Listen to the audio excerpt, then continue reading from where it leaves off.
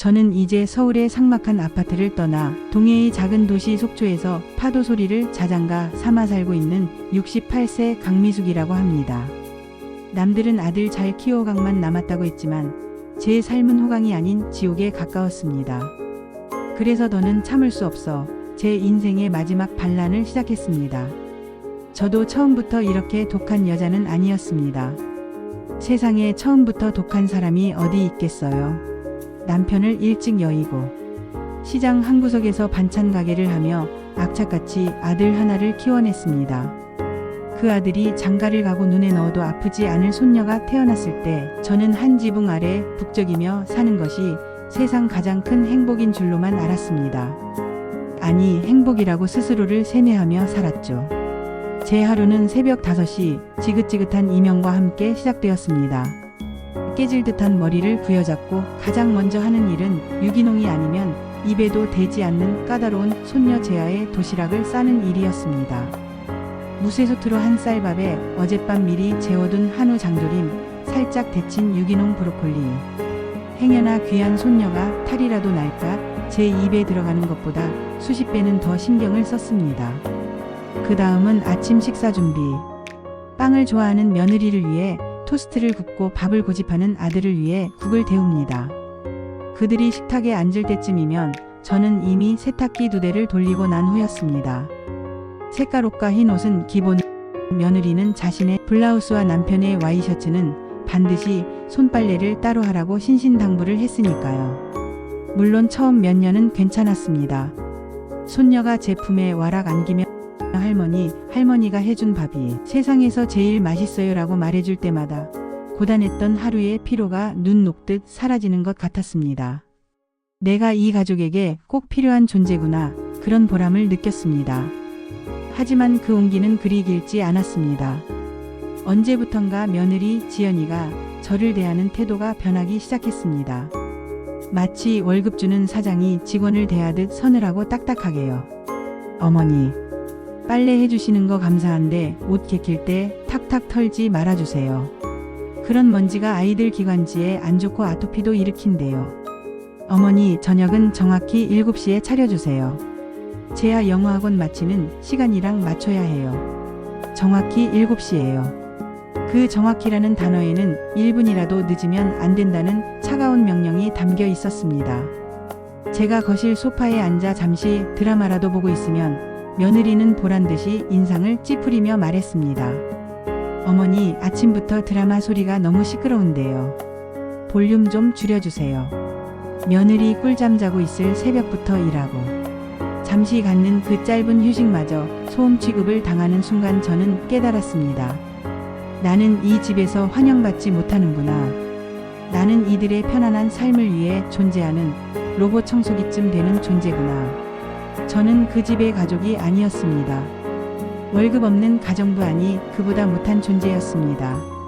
그 사실을 뼈저리게 확인하게 된 건 코로나로 자가 격리하던 어느 날이었습니다.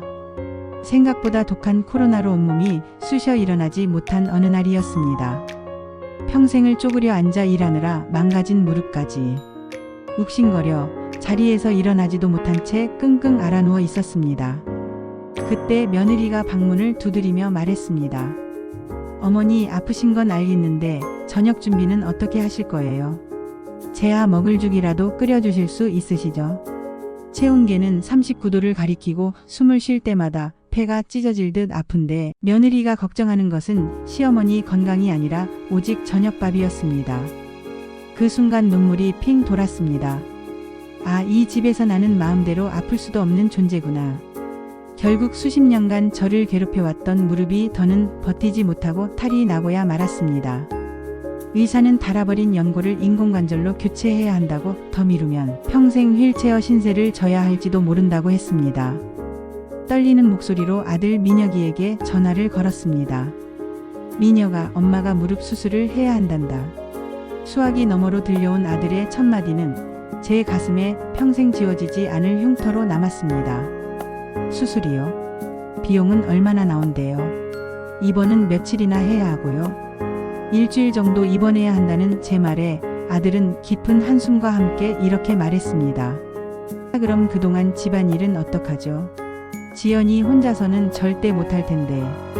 수술 후 회복하던 어느 날 밤, 제 인생을 송두리째 바꿔놓은 대화를 우연히 엿듣게 되었습니다. 잠결에 화장실을 가려다 거실에서 들려오는 아들 내외의 소곤거림에 발걸음을 멈췄습니다. 여보, 솔직히 어머니 때문에 우리 생활이 너무 불편하지 않아? 사는 게 너무 빡빡해. 며느리의 그 한마디에 제 발은 바닥에 얼어붙은 듯 꼼짝도 할 수 없었습니다. 친구들 한번 마음 편히 부르지도 못하겠고 우리끼리 외식 한번 하려고 해도 눈치 보이고 이제 무릎도 저러시니 앞으로 병원비는 또 얼마나 들겠어? 우리 노후 준비도 해야 하는데 요즘 시설 좋은 요양원도 많다던데 실버타운 같은 곳 한번 진지하게 알아볼까? 요양원 그 세 글자가 제 심장에 비수처럼 날아와 박혔습니다. 바로 그 다음 주였습니다. 아들이 유난히 밝은 표정으로 제게 말했습니다. 엄마, 저희 이번 주말에 일본으로 온천 여행 가려고요. 일주일 정도요. 저는 마지막 남은 희망을 붙잡고 물었습니다. 그래, 그럼 나도 같이 가는 거니? 에이, 엄마는 수술한 지 얼마 안 됐으니까 집에서 편히 쉬고 계세요.